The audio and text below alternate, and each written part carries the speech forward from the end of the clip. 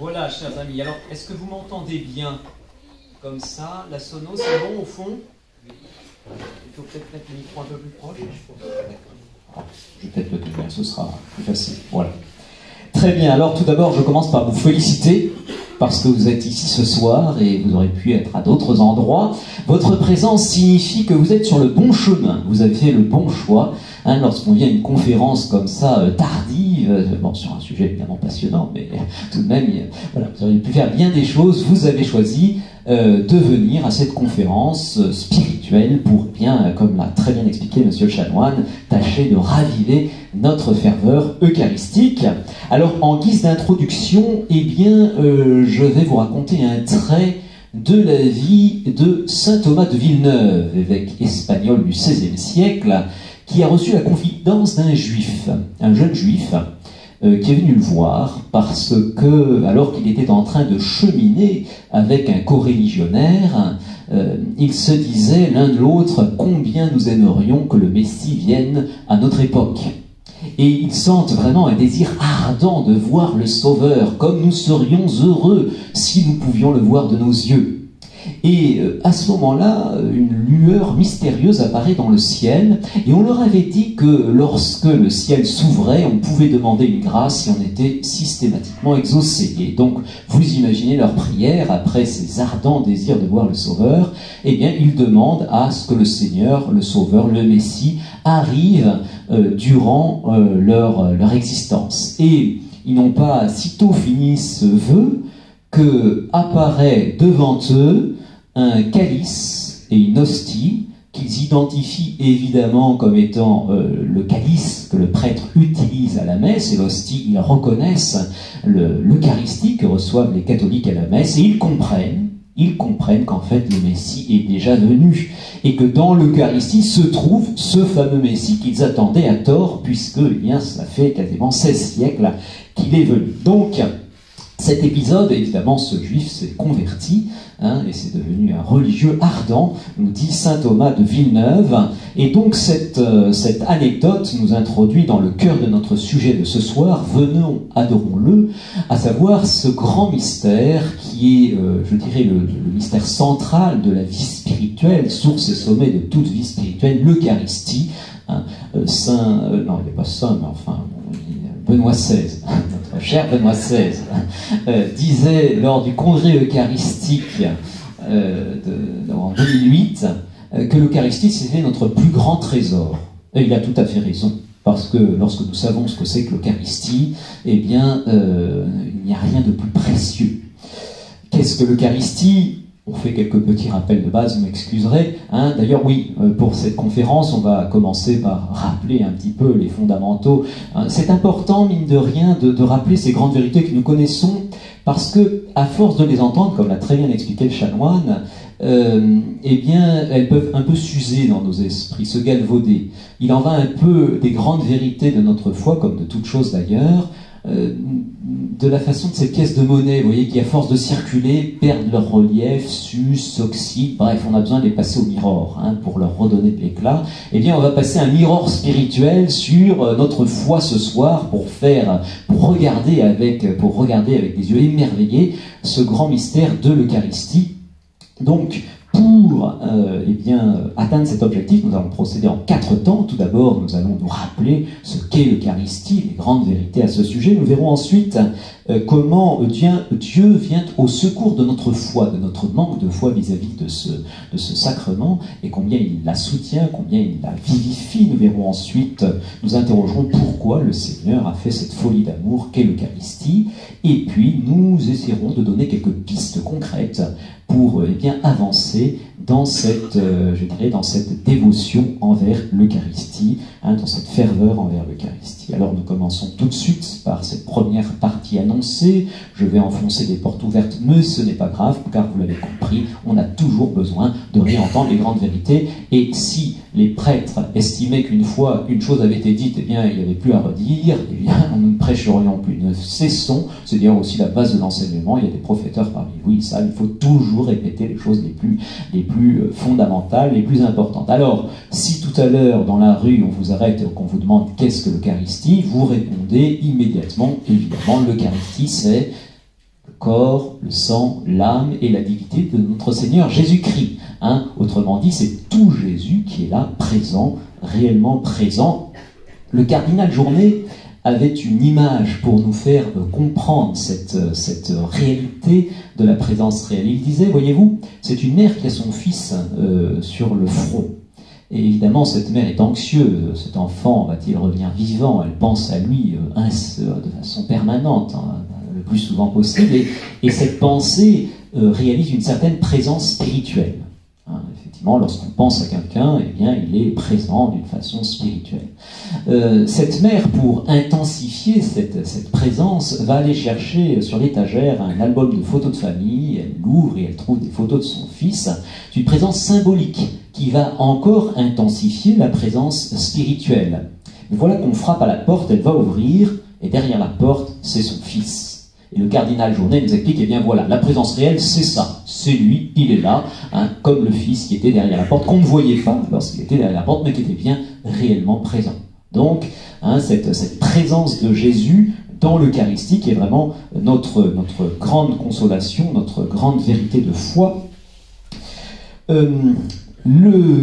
La personne qui vous a été dans la rue tout à l'heure continue son interrogatoire. Mais pourquoi croyez-vous une chose aussi incroyable, que sous les apparences d'un morceau de pain se tient une personne réelle qu'en plus vous dites être Dieu? En vertu de quoi croyez-vous cela? Alors là, en général, quand on pose cette question au catéchisme, on a une réponse du style, eh bien, parce que j'ai la foi. Ce qui n'est pas tout à fait faux, mais ce qui n'est pas suffisant, parce qu'avec la foi, nous croyons beaucoup de choses. Nous croyons que nous avons un seul Dieu en 3 personnes, par exemple, ou qu'il y a un ciel, un enfer, que les grâces sanctifiantes, les grâces actuelles, etc. Nous croyons beaucoup de choses en vertu de la foi, mais précisément, cette vérité, l'Eucharistie, c'est Jésus. Pourquoi le croyons-nous?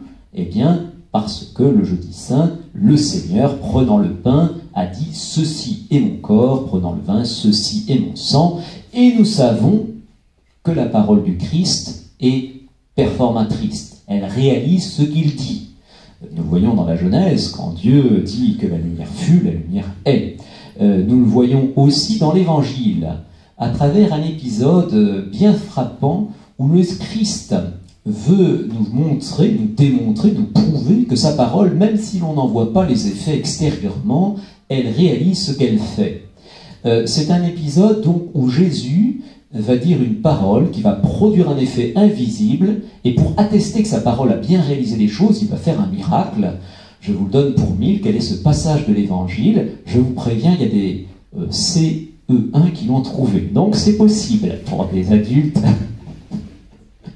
Ce passage de l'Évangile, donc, où Jésus fait un miracle qui atteste que sa parole est efficace. C'est ce fameux épisode où 4 personnes amènent un paralytique.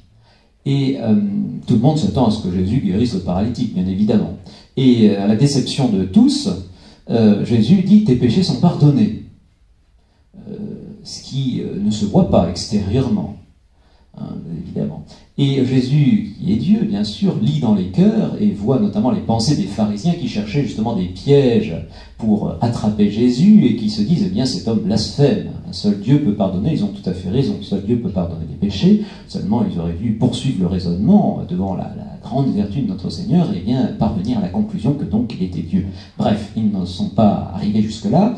Et le Seigneur leur dit, eh bien voilà, afin que vous sachiez que le Fils de l'homme a le pouvoir de remettre les péchés, autrement dit qu'il est Dieu, eh bien je te l'ordonne, lève-toi, prends ton grabat et marche. Et aussitôt, l'homme se lève, prend son grabat et part. Donc un miracle, il nous montre cette puissance de la parole du Seigneur. Le Christ est Dieu, et donc lorsqu'il dit quelque chose, eh bien cela se réalise.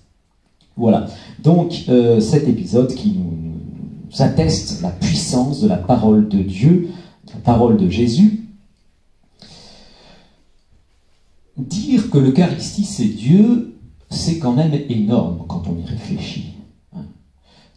Afin de mieux réaliser ce que nous disons lorsque nous disons que le Christ est Dieu, il est bon de contempler un peu le Seigneur. Qui est Dieu? C'était la question que le petit saint Thomas d'Aquin posé en harcelant les moines du Mont Cassin. Il leur tirait le scapulaire, leur posant cette question au point vraiment de les importuner. Mais qu'est-ce que Dieu? Qu'est-ce que Dieu? Il a passé toute sa vie à répondre à cette question. Il y a des livres impressionnants et très précieux sur la réponse. Qu'est-ce que Dieu? Eh bien, Dieu, vous le savez, c'est un être voilà, infini, un pur esprit. On l'appelle souvent dans la Bible le très haut, le très grand, l'infini. Et c'est vrai. Et c'est vrai, il est incommensurable, il est gigantesque. Pour nous aider à mieux comprendre cette grandeur de Dieu, je crois qu'en notre époque de progrès scientifique, le Seigneur nous fait entrevoir un rayon de son immensité à travers les astres, à travers le cosmos. Et je vous propose un petit voyage dans les étoiles pour percevoir quelque chose de l'immensité de Dieu. L'étoile la plus proche de notre système solaire, elle est à 4,5 années-lumière, c'est-à-dire que la vitesse que la lumière met 4 ans et demi pour nous arriver. La vitesse voyage vite, hein, vous savez, 300 000 km/s. En une seconde, elle fait 7 fois le tour de la Terre. Et c'est l'étoile la plus proche, attention. Dans notre galaxie, nous avons des centaines de milliards, 234 milliards d'étoiles exactement, hein, donc c'est un chiffre assez colossal. Il y a des centaines de milliards de galaxies, donc vous faites la multiplication, alors je la fais pour vous parce que de tête c'est pas forcément facile, ça fait un nombre d'étoiles égal à 2, 10 puissance 22, mettez un 2 et 22 zéros derrière. Bon, ça ne vous parle pas, parce que c'est un chiffre tellement astronomique, c'est le cas de le dire, que du coup on est dans des ordres de grandeur qui nous dépassent. Alors, pour vous donner un niveau de comparaison, certains scientifiques zélés se sont amusés à compter les grains de sable qu'il y avait sur Terre. Alors, rassurez-vous, ils ont fait des approximations, hein, mais on n'est pas un grain de sable près. Eh bien, figurez-vous qu'il y en a 7,5, 10 puissance 18. Donc 7,5 et vous mettez donc 17 zéros derrière. Hein, 17 zéros, c'est-à-dire qu'il y en a 10 000 fois plus, il y a 10 000 fois plus d'étoiles que de grains de sable. Hein, donc c'est, voilà, pas besoin d'insister, vous comprenez, on est face à des quantités absolument faramineuses. Le nombre d'atomes, on les a aussi comptés, enfin approximativement, hein, c'est 10 puissance 79. Voilà. Donc, eh bien, toutes ces quantités absolument gigantesques ne sont rien en comparaison de Dieu. Hein. Dieu, c'est l'être absolu, infini. Et le cosmos, donc, qui s'étend à des vitesses prodigieuses, 60 000 km/s, hein, dans toutes les directions depuis 13 et quelques milliards d'années, eh bien, c'est du rien par rapport à Dieu. Hein. Et nous croyons, et c'est là où je voulais revenir, et nous croyons que dans l'hostie, eh bien, c'est cet être infiniment plus grand que tout cela qu'il a. Alors, vous voyez, il y a vraiment de quoi, lorsqu'on y réfléchit, d'être bouleversé. Tellement bouleversé que le saint curé d'Ars disait, lorsqu'il prêchait sur l'Eucharistie, que si nous comprenions ce que nous disions, nous en mourrions d'amour. Hein. Quelque chose voilà, de complètement bouleversant l'Eucharistie quand on réfléchit. On peut encore continuer à examiner ce qu'est le Seigneur, quelques autres points de vue sur le Seigneur. Le Seigneur, c'est aussi la beauté même. Hein. Voilà, dans la nature, il y a des choses qui sont merveilleuses.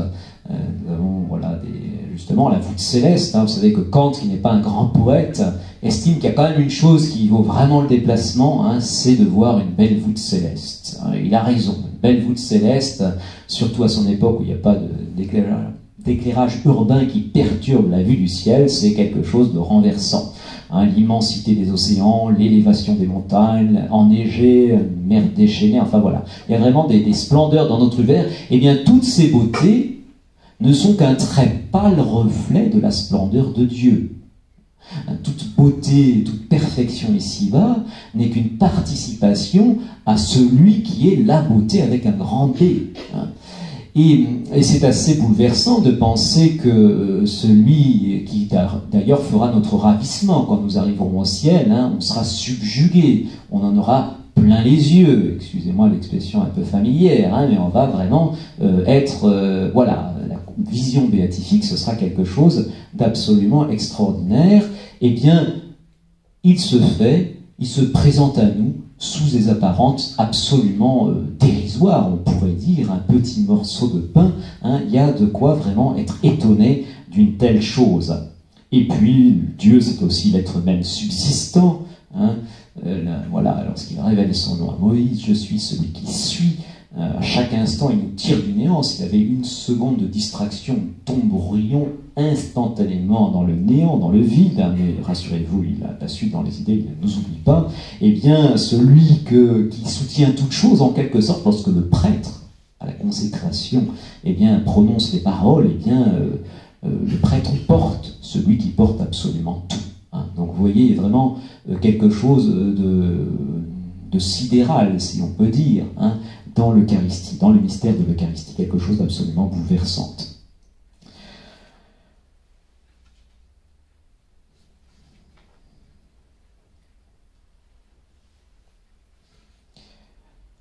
Toute la tradition de l'Église, depuis l'origine, depuis le Jeudi Saint jusqu'à notre époque, jusqu'à nos jours, hein, a cru cette présence réelle. Lorsqu'on parcourt les pères de l'Église, on trouve de multiples attestations de cette foi dès l'origine. Saint Ignace d'Antioche, par exemple, en 110, le martyr en 110, dit « L'Eucharistie est la chair de notre Sauveur Jésus-Christ, cette chair qui a souffert pour nos péchés, et que dans sa bonté le Père a ressuscité. Saint Ambroise au IVe siècle, dès que survient la consécration, le pain se change en chair du Christ. » Hein, nous pourrions multiplier les citations. Vous savez d'ailleurs que des chrétiens ont donné leur vie pour attester cette vérité. Si un jour vous avez la bonne idée de venir à Chéméré, vous verrez un splendide hôtel. Et vous ne verrez pas, mais je vous le dis, elles y sont, il y a des reliques dans cet hôtel. Et nous sommes privilégiés, nous avons les reliques d'un martyr eucharistique dominicain, Saint Jean de Gorgome, hein, mort donc en 1572, capturé par les gueux, donc ces calvinistes, hein, qui le somment de rejeter cette foi en la présence réelle. Et il a cette réponse, écoutez, comme vous, je crois que le Christ est Dieu, le Christ a dit « Ceci est mon corps, ceci est mon sang, et je ne peux pas renier la vérité. Hein ». Et donc il a été pendu, puis depecé, hein, c'était les us et coutumes de l'époque. Voilà, donc il faut être prêt à payer le prix, hein, pour attester cette vérité, et les chrétiens nous rappelaient, donc, et Saint Jean de Gorgome en particulier, il y en a toute une myriade, hein, de ces miracles, de ces martyrs de l'Eucharistie. Alors voilà, c'est le Christ qui est là dans l'Eucharistie. Hein. Le Saint curé d'Ars, lorsqu'il prêchait sur l'Eucharistie, il était tellement bouleversé, tellement ému qu'il n'arrivait plus à prêcher. C'est quand même un peu embêtant, il pleurait du haut de la chair. Hein. La seule chose qu'il arrivait à faire, mais il le faisait très bien, c'était de dire entre deux sanglots, en montrant le tabernacle, c'est lui, il est là, c'est lui, il est là. Et vous voyez, une prédication très simple finalement, je vais vous parler pendant un certain temps, ben lui, en 2 mots, tout le monde pleurait dans l'assemblée, et était bouleversé, saisi par l'effroi sacré, hein, de réaliser, bah oui, le créateur du ciel et de la terre est là. Et ben oui, le curé d'Ars le vivait, hein, et nous espérons le vivre de plus en plus. Hein. Voilà, donc c'est ces saints en fait qui nous montrent quelle est la juste attitude, ce sont les seuls gens normaux finalement, et comme le disait M. Chanal, mais nous habituons, nous sommes un petit peu dans la routine avec l'Eucharistie, et c'est pour ça que c'est excellent de venir dans des conférences comme ça qui réveillent, qui ravivent à nos yeux cette grande vérité de la présence réelle. Alors, c'est lui, il est là, et alors, voilà, quand il avait repris un peu ses esprits, eh bien, il pouvait détailler, réaliser, c'est celui que la Vierge Marie a porté dans son sein pendant 9 mois, c'est celui qui est né à Bethléem, que la Vierge a nourri de son lait à Langeais, qui a fait ses premiers pas à Nazareth, qui a travaillé avec Joseph dans l'établi, qui a prêché en Galilée, qui a fait des miracles, qui est mort, qui est ressuscité, qui se trouve, à l'instant où je parle, assis à la droite du Père, et également ici, dans le tabernacle. Hein. Donc c'est vraiment lui, la même personne, hein, qui a vécu toutes ces péripéties, ces mystères que nous contemplons dans le rosaire notamment, pour nous en imprégner, pour faire descendre en nous les vertus du mystère qui est présent dans l'Eucharistie. Et lorsqu'il descend en nous, eh bien, voilà, il nous transforme, il nous fait à son image. Alors, Voilà, ça c'est, si vous voulez, cette grande vérité fondamentale, si essentielle, hein, auprès de laquelle finalement les chrétiens de tous les temps ont trouvé réconfort, consolation. Nous avons lu il y a quelque temps au réfectoire une vie passionnante, je la conseille si vous ne l'avez pas déjà lu, hein, de Monseigneur Van Thuan, cet évêque vietnamien, donc capturé par les communistes en 1975, évêque de Saigon, et qui est envoyé, comme beaucoup de chrétiens, dans une prison absolument infernale. Et en fait, il va trouver la force, hein, de survivre dans cet univers absolument abominable, grâce à un colis qu'il reçoit de ses amis, avec une petite bouteille sur laquelle il y a marqué « remède pour l'estomac ». Et en fait, dans cette petite bouteille, il ne s'y trompe pas, il y a du vin. Et dans le double fond de la bouteille, il y a des parcelles de pain. Hein. Et il va pouvoir, donc, nuitamment, célébrer. Alors, il avait une mémoire exceptionnelle. Hein. Monseigneur Van Thuan, il connaissait le missel par cœur. Donc, dans la nuit, hein, protégé par voilà, pour ne pas être vu, hein, dans le creux de sa main, avec les moyens, il n'y a pas de calice, évidemment, hein, va célébrer des messes. Et il pourra communier. Et c'est auprès du Seigneur qu'il va trouver cette force, hein, de tenir, à la grande stupéfaction de ses bourreaux d'ailleurs, hein, de ces bourreaux qui convertissaient d'ailleurs au fur et à mesure, hein, ce qui fait qu'on ne le changeait plus parce qu'on en avait marre que les gardiens de prison deviennent catholiques au contact de Monseigneur Van Thuan. Hein, et bien c'est auprès de l'Eucharistie qu'il a puisé cette force pour pouvoir bien tenir, et il est resté 13 ans en prison, 13 ans, et puis à la fin, voyant que bon, c'était vraiment un dur à cuire, si je puis dire. Hein. Les autorités vietnamiennes lui ont suggéré de faire un voyage, et donc il est parti à Rome, et puis on lui dit, ben, en fait, vous ne revenez plus, hein. Vous êtes très bien là-bas, c'est votre patrie, mais vous n'êtes plus en Vietnam. Voilà. Donc, eh bien, Monseigneur Van Thuan et aussi tous les martyrs, vous savez qu'avant de partir dans l'entrée sur les arènes, hein, souvent on se débrouillait pour apporter l'hostie aux martyrs, et qui avaient un comportement, une force, une résistance face à leur supplice et à leurs bourreaux qui époustouflaient les spectateurs, et qui se convertissaient souvent devant ces scènes incroyables. Hein, on dit que Tertullien, avant de se convertir, était un fanatique justement des jeux du cirque, et c'est en voyant la façon dont les chrétiens résistaient face au supplice qu'ils enduraient qu'il s'est dit, il y a quelque chose derrière, c'est pas possible. Hein. Et c'était dans l'Eucharistie que ces premiers martyrs puisaient cette force qui leur donnait de tenir. Et nous aussi, alors nous ne sommes pas martyrs, pas encore, ou peut-être jamais, hein, mais nous avons nos combats spirituels, nous aussi, à mener. Hein, voilà, la vie quotidienne, le devoir d'État, tout un tas de choses qui ne sont pas faciles, hein, des tentations. Et c'est auprès du Seigneur, dans l'Eucharistie, que nous pouvons puiser cette force pour tenir, hein, pour garder le cap sur le ciel. C'est vraiment le Seigneur, dans l'Eucharistie, qui va nous donner ces grâces pour tenir ferme à la suite du Christ. Voilà, donc grand mystère de l'Eucharistie, cette présence réelle de Jésus dans l'hostie. Comme je le disais, ce grand mystère, voilà, il est tellement grand que parfois on peut être saisi de doutes. Hein, c'est ce qui est arrivé à un prêtre basilien au 8e siècle, célébrant la messe, ayant prononcé les paroles de la consécration. Il se dit, mais enfin quand même, est-ce bien raisonnable de penser que ce simple petit morceau de pain, c'est Dieu? Quand on réalise qui est Dieu, effectivement, on peut se poser la question. Et alors il va se passer quelque chose. Hein. Il va se passer quelque chose. Je me souviens que notre prof de morale nous avait raconté quelque chose d'amusant venant d'un prêtre américain qui pensait, dans une certaine, je dirais, naïveté, que lorsque le prêtre prononçait les paroles de la consécration, il y avait une sorte de vibration de l'hostie qui signifiait bien que la transsubstantiation avait eu lieu. Hein. Donc, il était très déçu, étant prêtre, de constater que ce n'était pas le cas. Bon. Hein, ben non, il n'y a pas de vibration de l'Eucharistie en temps normal. Hein, mais parfois, effectivement, le bon Dieu fait des choses étonnantes pour raviver notre foi. Hein, ce sont les miracles eucharistiques qui sont des signes que le Seigneur nous donne pour bien raviver notre foi dans la présence réelle. Donc ce fameux prêtre basilien, lorsqu'il est pris de ses doutes, va voir se transformer entre ses doigts, hein, l'hostie en chair, ce miracle bien connu de l'anciano, hein, et le précieux sang apparaît sous la forme du sang. Donc, c'est ces miracles eucharistiques. Alors, il est intéressant de remarquer que dans l'histoire de l'Église, les miracles eucharistiques se sont multipliés aux époques de négation du dogme de la présence réelle. La première explosion de miracles eucharistiques, c'est au XIe siècle, alors que Béranger de Tours est en train de nier la présence réelle, parle d'une présence symbolique. Eh bien, on va voir dans toute la chrétienté une efflorescence de miracles eucharistiques.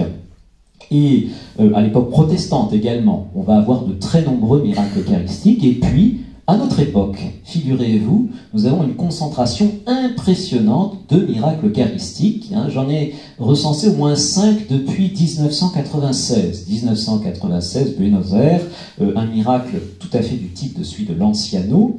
Le 7 novembre 1999, vous avez tous les évêques de France réunis avec de nombreux prêtres dans la basilique Saint-Pierre de Saint-Pédis de Lourdes, et le jour du Seigneur est en train de filmer la messe, et lorsque le prêtre prononce les paroles, certaines paroles juste avant la consécration, on voit la grosse hostie, c'est la coutume liturgique là-bas, une grosse hostie qui se lève sur l'autel comme ça. Et alors, c'est Monseigneur Billet qui s'élève à l'époque, et qui tâche de la reposer, puis à chaque fois il reprend sa position. Alors, ça fait quelques années, j'avais croisé l'évêque de l'époque, hein, de Lourdes, et je lui avais demandé si c'était vrai cette histoire-là. Je n'avais pas vu le film à l'époque. Et il m'a dit, oh, c'était des spots, il y avait des champs magnétiques, tout ça, ça s'est soulevé tout seul. Bon. Alors, bon, je pense que les champs magnétiques agissent difficilement sur des éléments de ce genre-là. Donc voilà, ça m'a confirmé qu'effectivement, il s'était passé quelque chose et que ça l'embêtait un petit peu. Hein. Donc ça, c'est la réaction étonnante, parfois, de certains ecclésiastiques face, je dirais, aux signes voilà, qui sont donnés. Vous pouvez trouver le film sur Internet. Et puis, je continue dans les miracles récents, 2008, 2013, il y a eu 2 miracles tout à fait similaires à ceux de l'Anciano aussi, hein, en Pologne. Et puis au Mexique en 2022, vous avez un ostensoir qui a été filmé, tout le monde a son téléphone maintenant, c'est très pratique, donc quand il y a quelque chose d'étonnant, eh bien les gens dégainent hein, et filment. Et donc vous avez une adoration avec un très grand ostensoir et une grosse hostie qui se met à battre comme un cœur. Hein, vraiment, vous savez, quand on voit ces images d'opération à cœur ouvert, on voit que le cœur il a un mouvement très particulier, et bien on voit cette hostie qui se met à battre. Hein. Donc pour cette période assez courte, hein, on a 5 miracles eucharistiques. Et alors, oui, on en a eu un aussi au sanctuaire de Rocamadour hein, en 2020. C'était une époque assez catastrophique pour l'Eucharistie. C'était l'époque, vous savez, de l'imposition de la communion dans la main. Il y avait plein d'hosties qui tombaient à terre. Et le Seigneur a fait un signe assez fort, hein, qui a été bien interprété par le recteur, qui du coup a resserré les boulons sur la pratique de la communion. Hein, parce qu'il y avait beaucoup de profanation des saintes espèces durant ce temps malheureux. Alors, on va faire un petit survol rapide, rassurez-vous, de ces principaux miracles eucharistiques. On va voir en fait les différentes grandes familles. Hein, c'est intéressant de savoir un petit peu comment ça se produit. Tout d'abord, vous avez, c'est assez classique, des apparitions de Jésus ou d'objets sacrés à la place de l'hostie. On en a eu un il y a pas très loin de chez nous, en 1668, le 2 juin 1668, au petit village des Ulmes, qui est à une quinzaine de kilomètres de Saumur. Dans cette petite paroisse provinciale, le curé vient d'exposer, on est dans l'octave de la fête Dieu, vient d'exposer le Saint-Sacrement, et lorsqu'il se redresse, après s'être incliné profondément pour adorer l'Eucharistie, il a la stupéfaction de voir à la place de l'hostie le Seigneur en chair et en os, si je puis dire, hein, vivant, naturel, bougeant, regardant à droite, à gauche, se penchant, les cheveux, etc. Les fidèles sont stupéfaits, 200 personnes qui vont déposer sous la foi du serment. Pendant un quart d'heure, le Seigneur va être visible. Cette hostie d'ailleurs va se conserver hein, intacte jusqu'à la Révolution. Elle sera détruite par les révolutionnaires. Donc ça, c'est un miracle qui est, je dirais, qui s'est produit à pas mal de reprises. On a déjà une première attestation, par exemple, à Douai, hein, en 1254, et puis il y a un témoin célèbre, Thomas de Cantimpré, qui voit ce miracle et de nombreuses autres personnes. Vous avez saint Alphonse de Liguori, au moment où il fonde son ordre des Rédemptoristes, qui va voir une croix apparaître à la place de l'hostie. Et, ah oui, un autre qui est intéressant et puis qui nous remet dans le droit chemin si besoin est, c'est Sainte Marguerite Marie Alacoque, qui accompagne l'aumônier de la visitation pour donner la communion à une religieuse qui est malade. Mais vous savez que dans cette visitation de parémonial, il y avait des personnes qui étaient là mais qui n'auraient pas dû être là, hein, des fausses vocations, enfin, des personnes en absence de vocation, hein, c'était parfois des histoires un petit peu familiales, voilà, des cadettes qu'on n'avait pas suffisamment dotées, donc on les mettait au couvent, et donc certaines de ces personnes avaient la langue bien pendue, hein, des langues de vipère, hein, comme ça peut arriver, et Sainte Marguerite Marie donc assiste le prêtre qui présente l'hostie à la religieuse, et à la place de l'hostie, Sainte Marguerite Marie voit l'enfant Jésus qui se débat pour ne pas entrer dans la religieuse, pour signifier la détestation qu'il a à descendre dans une âme qui est une porcherie. Donc ça peut nous aider dans nos communions, avant de communier, demander, bah oui, est-ce que voilà, je n'ai pas blessé gravement la charité par mes propos, hein, parce que parfois on est très obsédé par certains péchés, puis alors d'autres, on les commet sans du tout sourciller, notamment je pense les péchés de la langue, qui peuvent être très rapidement très graves, hein, voilà. Donc ça peut aider à faire un examen de conscience. Donc ça c'est la première série, hein, donc le Christ qui se manifeste, ou des événements surnaturels qui apparaissent dans l'hostie. Deuxième espèce de miracle eucharistique, eh bien c'est ceux du type de l'anciano, donc les saintes espèces qui se transforment en chair, hein. Et alors ce qui est intéressant, c'est qu'avec les moyens modernes, on a pu examiner à la fois les reliques de l'anciano, toujours intactes, hein, depuis le 8e siècle, vous imaginez, de la chair et du sang du 8e siècle, toujours intactes, c'est tout à fait incroyable déjà en soi, c'est miraculeux, hein, qu'on a pu examiner. L'examen médical montre qu'il s'agit d'une partie du cœur. Et on est même capable de déterminer en fonction de la structure des fibres cardiaques que cette personne a extrêmement souffert, hein, une grande souffrance.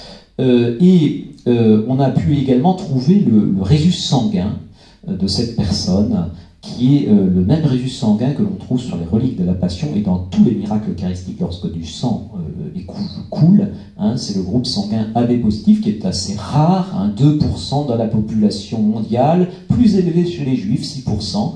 Et voilà, donc évidemment, certains rêvent de pouvoir faire l'examen du code génétique, hein, pour voir si les comparaisons, les identifications de personnes, ça pourrait être effectivement intéressant. Malheureusement, celui qui est sur les reliques de la Passion du Christ est trop ancien, hein, les séquences ADN sont rompues, ce qui fait qu'on aura beaucoup de mal. Alors on arrive quand même, je sais que Lucotte a réussi à voir qu'il s'agissait bien d'un juif, hein, ils ont des gènes particuliers, on a retrouvé les séquences propres à la race juive, donc il y a des indices convergents, hein, mais c'est bien le résus sanguin sur les reliques de la Passion AB positif. Donc voilà, il y a encore certainement pas mal de choses à explorer de ce côté-là. Donc ces miracles, ils sont évidemment très impressionnants, nous rappellent, hein, et c'est, alors je vous ai dit l'anciano, Buenos Aires, pareil. Donc, alors à l'époque, c'était, figurez-vous, un certain Bergoglio, je ne sais pas si ça vous dit quelque chose, qui était évêque auxiliaire et qui a traité le dossier. Et il a fait envoyer dans un laboratoire légiste américain, hein, qui était totalement ignorant de ce qu'ils mesuraient, de ce qu'ils examinaient, ce morceau de chair qui est resté 3 ans dans l'eau, puisque, en fait, je vous raconte rapidement l'épisode, en fait, dans un centre commercial, il y avait une église, hein, et à la fin de la communion, une dame vient voir le prêtre en disant « j'ai trouvé une hostie par terre ». Donc le prêtre va la ramasser et fait ce qu'on fait dans ces cas-là, hein, la met dans un vase comme ça avec de l'eau pour qu'elle se décante et puis la laisse au tabernacle. Et une semaine après, lorsqu'il revient, dans le verre, il voit du sang, il voit de la chair, il ne voit plus son hostie. Il est évidemment très troublé, il consulte l'évêque auxiliaire, donc Bergoglio, pour lui dire ce qui se passe. L'évêque demande à ce qu'on fasse des photographies professionnelles de la chose, et puis il dit laisse le vase dans le tabernacle. 3 ans après, c'était toujours intact. Donc il se dit, eh bien on va passer à la vitesse supérieure, tu envoies ça donc dans tel laboratoire aux États-Unis. Bien sûr, tu te gardes bien de dire de quoi il s'agit, hein. Et alors le Grand Ponte, hein, c'était un laboratoire de réputation internationale qui examine le morceau de chair. Donc détermine, comme à l'anciano, qu'il s'agit du morceau d'un cœur, qu'il s'agit d'une personne qui a extrêmement souffert, hein, il retrouve les caractéristiques. Et il dit en plus, il y a une chose que je ne comprends absolument pas, c'est qu'il y a des globules blancs qui ont une existence de vie de 3 minutes dans l'eau et qui sont nombreux, donc voilà. Et puis en plus, c'est le cœur d'une personne vivante, parce que je vois les cellules pousser. Alors je ne comprends pas comment on a pu retirer la partie du cœur d'une personne et que cette personne soit toujours vivante. Alors ce qui porta le comble à sa stupeur, c'est quand on lui dit que ça venait d'une hostie, que c'était une hostie transformée en chair. Et là, ça dépasse mes compétences. Il a rendu son tablier, évidemment, il a déclaré forfait. Oui, c'est un miracle. Quand le bon Dieu fait des miracles, il peut en faire. Eh bien, c'est justement pour nous montrer qu'il est capable de... rien n'est impossible à Dieu. Donc, ces miracles de transformation de l'hostie en chair, qui sont nombreux, qui se sont multipliés en Pologne, comme je vous l'ai dit, 2008, 2013, là aussi, ils ont fait les investigations, ils sont très impressionnantes. C'est d'ailleurs un miracle de ce type-là qui a décidé le pape Urbain IV, en 1264, à promulguer, à introduire dans la liturgie catholique la fête du Saint-Sacrement. Une mystique hollandaise avait eu cette intuition, on avait fait part au pape, mais il restait un petit peu sceptique, et à Bolsena, donc en 1264, au moment où une hostie est fractionnée, eh bien des gouttes de sang tombent sur le corporal. Ces gouttes de sang sont d'ailleurs toujours visibles sur ce corporal, et le pape qui est à proximité vient voir le miracle et il se dit, bon, le bon Dieu me fait signe qu'il faut promulguer cet office du Saint-Sacrement. Moins spectaculaire, troisième famille de miracles, moins spectaculaire mais en fait tout aussi étonnant, c'est la conservation des saintes espèces bien au-delà des délais, je dirais, de dégradation, de corruption normale de ces substances.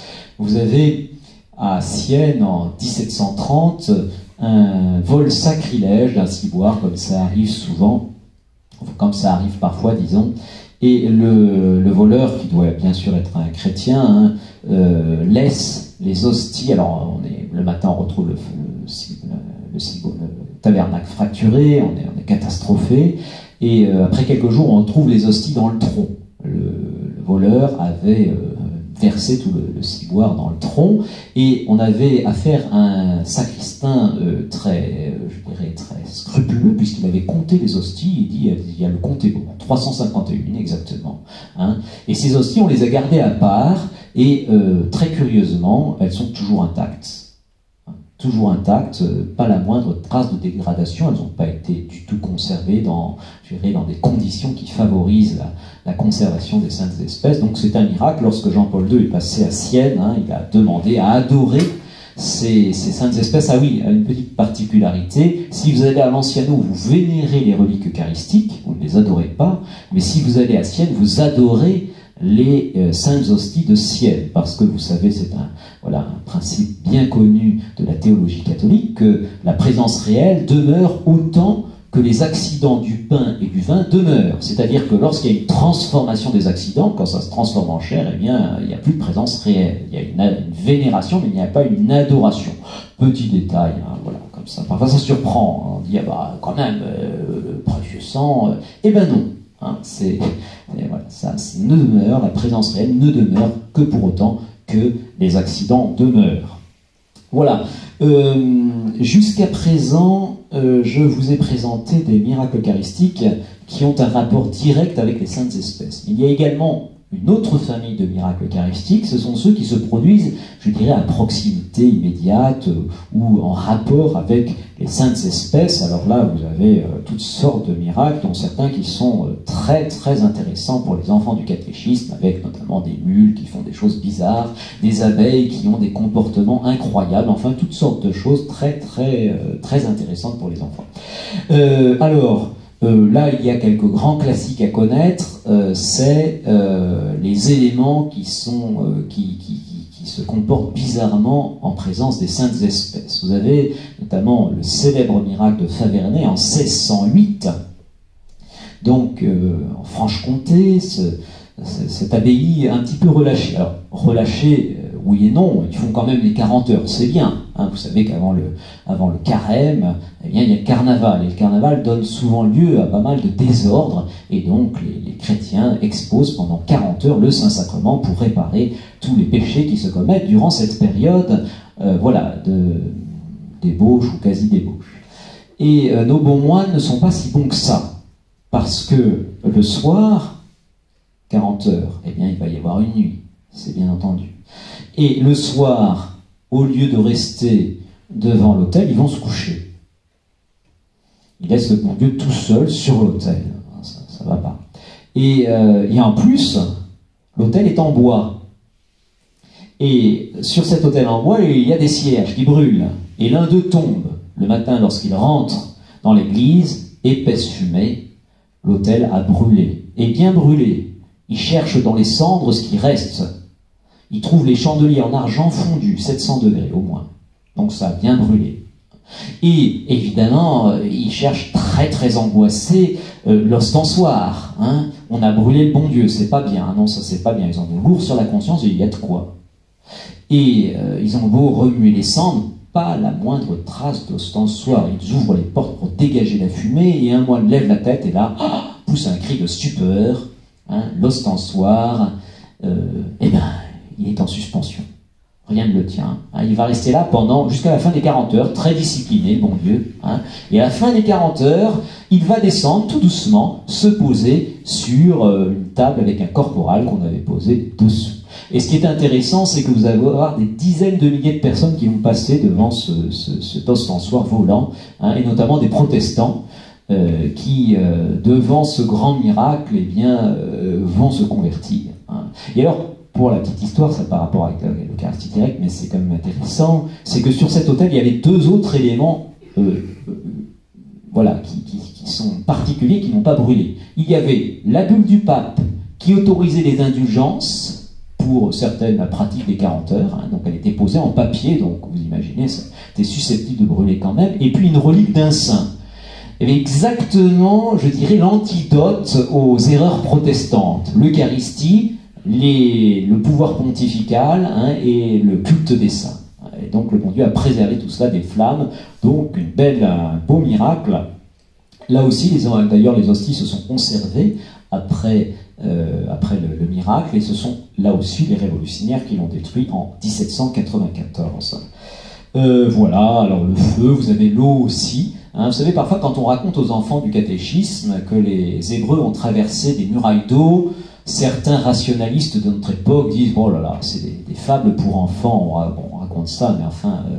Eh bien, il y a eu un miracle eucharistique qui a produit ces fameux murs d'eau qu'ont traversé les Hébreux. Hein, en 1433, Avignon est inondée. Les pénitenteries se précipitent en barque vers leur chapelle pour récupérer, sauver la Sainte Réserve. Lorsqu'ils pénètrent dans l'église, ils voient ils voient deux murailles d'eau qui font un chemin qui va jusqu'au tabernacle. Hein, donc on renouvelle en quelque sorte le passage de la mer Rouge. Le Saint-Sacrement écarte, le Seigneur écarte les eaux pour pouvoir être secouru, donc miracle bien connu aussi. Voilà, et puis je ne résiste pas à vous donner le dernier miracle de Saint Antoine de Padoue, miracle eucharistique. Donc là c'est lors d'une controverse à Toulouse avec les cathares, donc ces hérétiques pires que les protestants, puisqu'ils sont même plus chrétiens, les cathares, vous savez qu'ils ne pensent pas, ils ne croient pas que le Seigneur Jésus est Dieu, hein. Voilà, et donc Saint Antoine de Padoue a une controverse publique avec eux, et puis les arguments tombent à plat, on n'arrive pas à trancher, donc un cathare a l'idée de faire une sorte d'ordalie, un jugement de Dieu.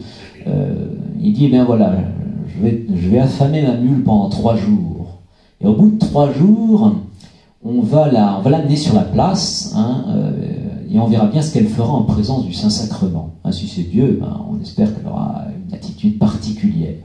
Donc, Saint Antoine de Padoue, inspiré par le Saint-Esprit, il ne faut jamais accepter ce genre de marché, sauf si le Saint-Esprit nous le dit. Hein. Voilà, accepte le marché.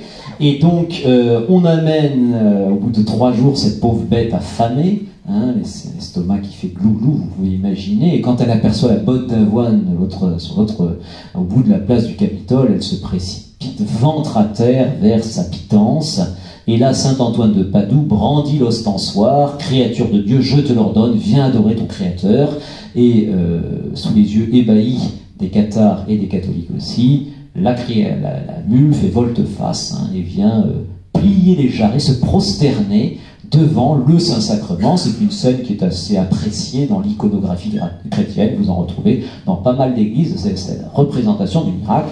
Et alors ça, les enfants en raffolent. Si vous voulez raconter des histoires avec les animaux, Saint-Antoine de Padoue est formidable pour ça. Il y a aussi, vous savez, les fameux poissons de Rimini qui viennent l'écouter parce que les habitants ne veulent pas l'écouter. Du coup, après, viennent l'écouter parce que, effectivement, les poissons sont venus l'écouter, donc ils peuvent bien faire la chose. Voilà. Donc, ces différentes familles de miracles eucharistiques. Ah oui, puis les derniers, ce sont les guérisons aussi. À Lourdes, c'est bien connu. Il y a beaucoup de guérisons à l'occasion de la bénédiction du Saint-Sacrement.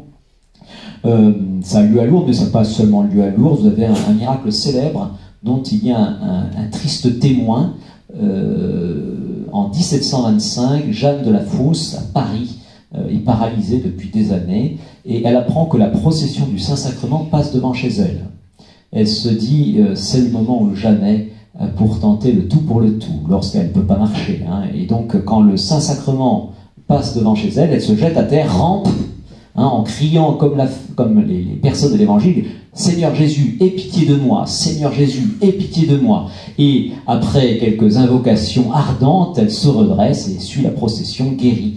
Et c'est un épisode qui a eu beaucoup de témoins et qui va faire du bruit, si bien que Voltaire, le sinistre Voltaire, va demander à rencontrer Jeanne de la Fosse pour constater, pour avoir le récit de ses lèvres. Et Voltaire dira cela me donne un vernis de religiosité. Je sers aussi passablement le bon Dieu que le diable. En fait, je pense qu'il servait tout à fait bien le diable et très très mal le bon Dieu. Il était assez aveugle, mais ça n'a pas converti.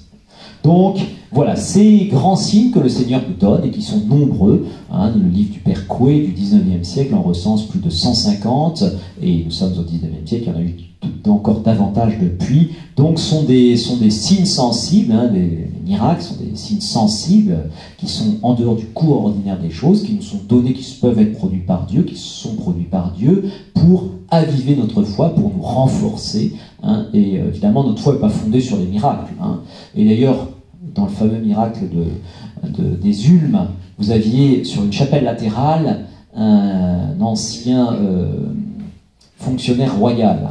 Et tout le monde lui dit, sortez de votre chapelle, venez voir, il y a le bon Dieu qui est là sur l'autel. Et il dit, écoutez, moi j'ai pas besoin de voir pour croire, je sais que le bon Dieu il est là, il l'a dit, donc il a eu une très bonne réponse.